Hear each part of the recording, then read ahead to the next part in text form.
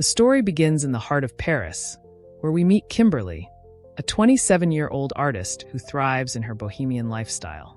Living in Montmartre, she paints the city's soul with vibrant strokes, her gallery in a small alley attracting tourists and art lovers alike. But beneath her free spirit lies a woman questioning the deeper meaning of connection and fulfillment. Her art, while beloved, lacks the passion she feels her life is missing. Paris is alive with art, music, and beauty, a city that matches Kimberly's free-spirited nature. Every day is an inspiration for her. The cobblestone streets, the quaint cafes, and the vibrant colors of the Parisian sky all contribute to her artistic creations.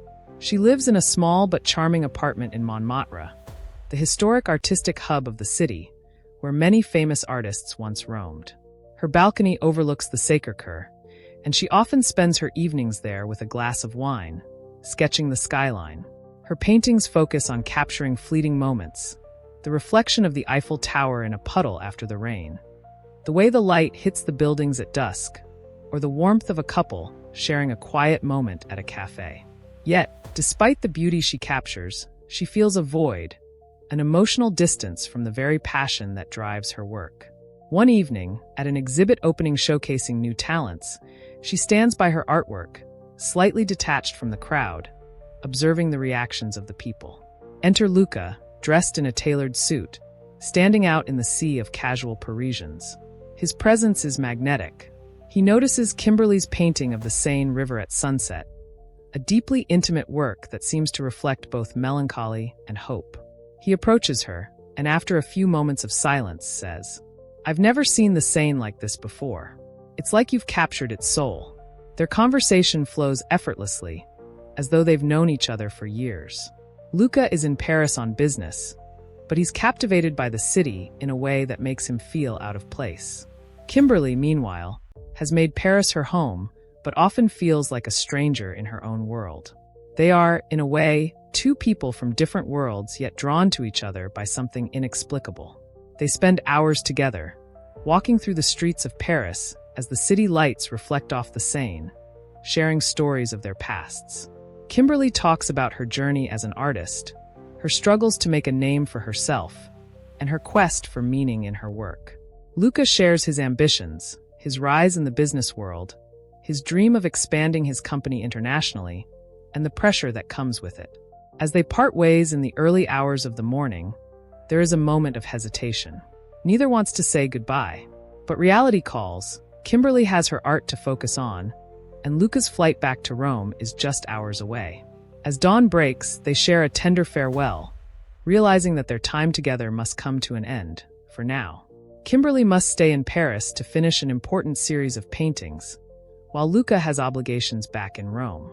They exchange numbers, promising to keep in touch. Neither expects the connection to last, but the conversation lingers in both their minds long after they part. The next few weeks are filled with long-distance phone calls, late-night texts, and video chats. They dive deeper into each other's worlds, learning about their families, childhood dreams, and the struggles they face. Kimberly's life as an artist in Paris contrasts sharply with Luca's fast-paced life in Rome. But it's these differences that make them fascinated with each other. He finds her creative freedom liberating, while she is drawn to his confidence and sense of purpose. Their connection doesn't fade after their meeting in Paris. Over the following weeks, they maintain a steady flow of communication. At first, it's light, quick messages and the occasional phone call. But as time goes on, they begin to dive deeper into each other's lives.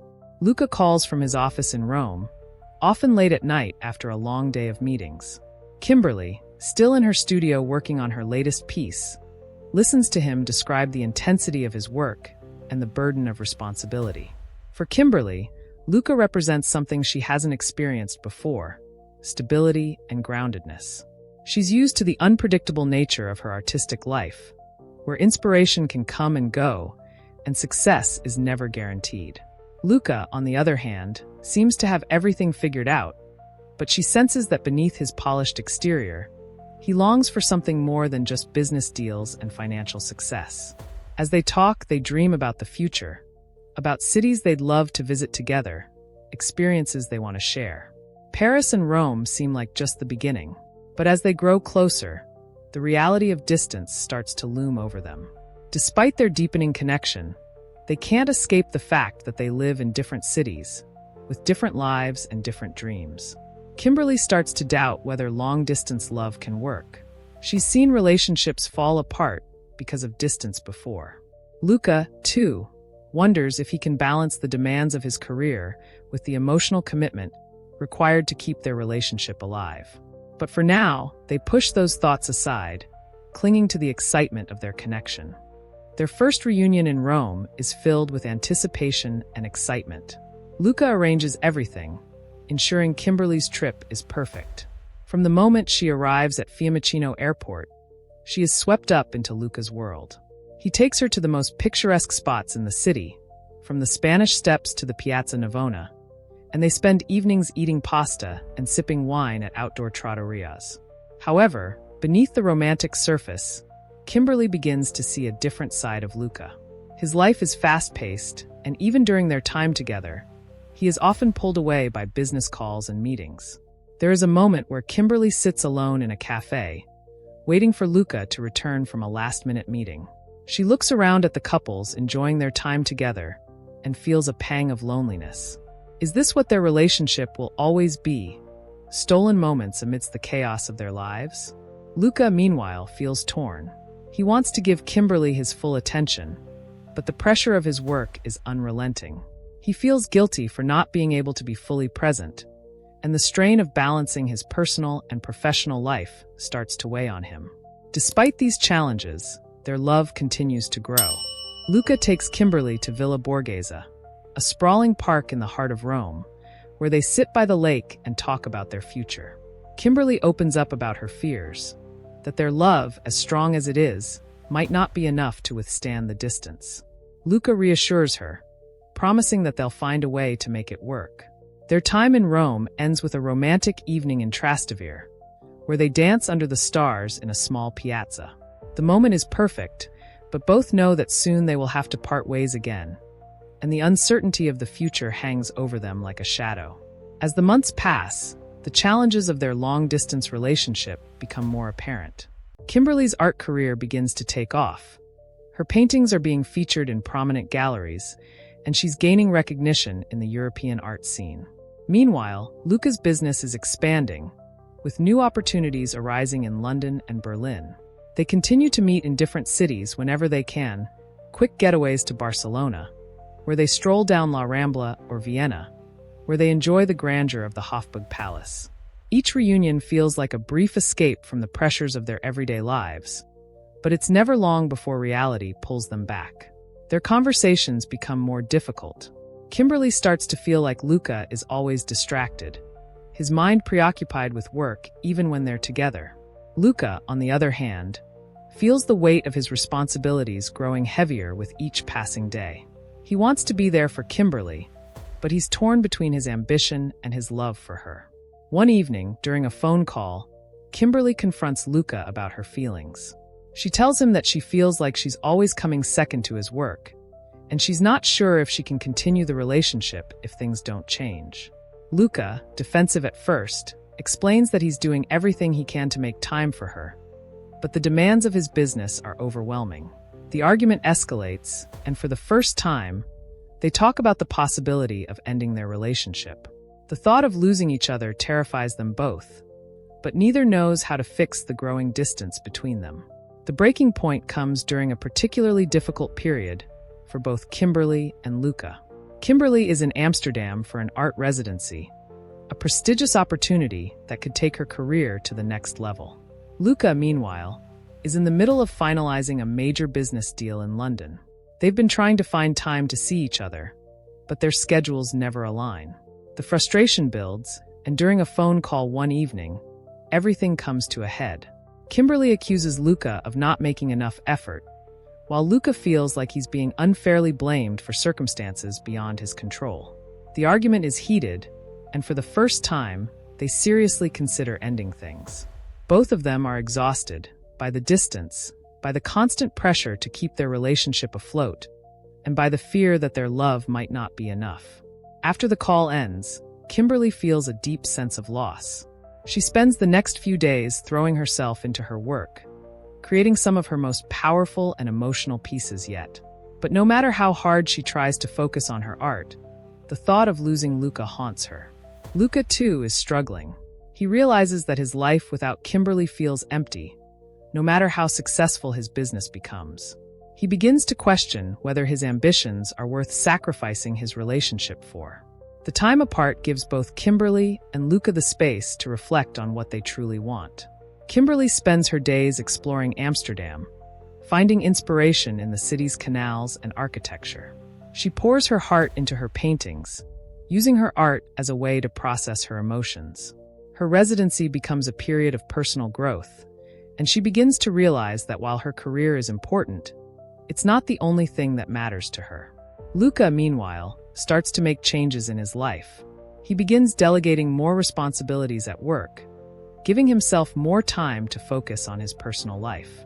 He also starts to question the path he's been on. Has he been chasing success at the expense of his happiness? As the weeks go by, they continue to communicate, though their conversations are more reserved. Both are hesitant, unsure of where their relationship stands. But through the distance, they come to a realization. They don't want to live without each other. When Luca suggests they meet in Venice, the city of love, Kimberly agrees, though she's nervous about what the future holds. As they arrive in Venice, there is a sense of anticipation and hope. The city's canals, bridges, and historic buildings create a magical backdrop for their reunion. They take a gondola ride through the canals, the soft glow of the city lights reflecting in the water. It's a quiet moment, but it speaks volumes. Both of them are ready to confront their fears and insecurities. Over dinner, they have an open and honest conversation about their relationship. Kimberly admits that she's scared of the future, of the possibility that their lives might take them in different directions. Luca, in turn, confesses that he's realized he can't live without her, and he's willing to make changes to ensure they have a future together. They agree that they need to find a balance between their careers and their love for each other. It won't be easy, but they're both committed to making it work. In the months that followed, Luca and Kimberly found a new rhythm in their relationship. They continued to live in different cities, but they no longer saw distance as a barrier. Instead, it became an opportunity to explore new places together, to build memories in the cities they loved. Luca scaled back his business, allowing himself more time to travel and be with Kimberly. He no longer felt the pressure to constantly chase success, realizing that his happiness was more important than any business deal. Kimberly, meanwhile, found new inspiration in their love. Her art flourished as she began to paint the cities they visited together: Rome, Paris, Venice, and beyond. She saw beauty in the way they had overcome the challenges of their relationship, and her work reflected that newfound sense of hope. They found joy in the small moments: the quiet mornings in Paris, sipping coffee on the balcony, the late-night walks through Rome, hand in hand, the laughter they shared in the art galleries of Amsterdam. Their love was no longer defined by distance, but by the commitment they had to each other. One evening, while visiting Florence, Luca took Kimberly to a small, hidden square. It was quiet, the cobblestone streets bathed in the soft light of lanterns. As they stood in the middle of the square, Luca knelt down on one knee. "I don't have a grand speech," he began, his voice filled with emotion. "But I know that I want to spend the rest of my life with you. Let's build a life together, wherever that may be." Tears filled Kimberly's eyes as she nodded. "Yes," she whispered. "Yes, I will." Their journey had been long, filled with challenges and heartache, but they had made it through. And now, as they stood together in the heart of Florence, they knew that their love was strong enough to withstand anything. Florence had been the start of something new. Luca's proposal was not just a promise of marriage, but a commitment to build a life together, wherever that path would lead them. After the proposal, they spent a week in the city, savoring the beginning of their new chapter. The weight of uncertainty had lifted, replaced by a shared sense of purpose. As they wandered through the Uffizi Gallery and strolled across the Ponte Vecchio, they talked about the future. It was clear that their lives were still anchored in different cities. Luca's business was deeply rooted in Rome, and Kimberly's art career had flourished in Paris. But rather than seeing this as an obstacle, They viewed it as an opportunity to design their life on their own terms. "We can split our time," Luca suggested one afternoon as they sipped wine at a small cafe overlooking the Arno River. 6 months in Rome, 6 months in Paris. Or maybe we spend part of the year traveling. I'm willing to be flexible, as long as we're together. Kimberly smiled. The idea of living in two of the world's most romantic cities, both exciting and daunting. "It sounds perfect," she agreed. "But I also want to make sure we both have space to pursue our own passions." This became their guiding principle. They would support each other's ambitions while building a life that was distinctly theirs. Returning to their separate cities after Florence felt different this time. The sense of dread that had previously accompanied their goodbyes was now replaced by a feeling of excitement for the life they were about to build. The months of engagement were busy, filled with both personal and professional growth. Luca, true to his word, had scaled back his business commitments, delegating more responsibilities to his team. It allowed him the freedom to travel to Paris more frequently, where he could immerse himself in Kimberly's world. In Paris, Kimberly introduced Luca to her artist friends, who were unlike anyone he had met in the corporate world. They were quirky, passionate, and fiercely independent, qualities that Luca admired in Kimberly, but had never fully understood until now. He attended her art exhibitions, quietly standing in the background, watching as she mingled with collectors and fellow artists. He saw how much she came alive in these settings, her creativity and spirit radiating in every conversation. But it wasn't all seamless. Luca, despite his efforts to slow down, often found himself caught in the middle of business calls, even in the middle of Parisian cafes. Kimberly, too, faced her own challenges, balancing the time she spent with Luca with her need for solitude in her creative process. There were moments of tension, when Luca would receive a work call during one of their intimate dinners, or when Kimberly would retreat into her studio for days at a time, lost in her art, leaving Luca feeling momentarily disconnected. But through these challenges, they learned how to navigate their new life. Communication became their strongest asset. They spoke openly about their frustrations and their desires, always working toward understanding each other's needs. Luca learned to respect Kimberly's need for creative space, and Kimberly, in turn, began to appreciate the complexities of Luca's business world. Their different lives no longer felt like an obstacle, but a tapestry of shared experiences, woven together by their love. As they stood together one evening, overlooking the city of Paris from their balcony, Luca took Kimberly's hand. "We've come a long way," he said, his voice filled with emotion. Kimberly smiled, leaning into him. "Yes, we have. And there's so much more to come." And with that, they faced the future together, ready for whatever adventures awaited them next.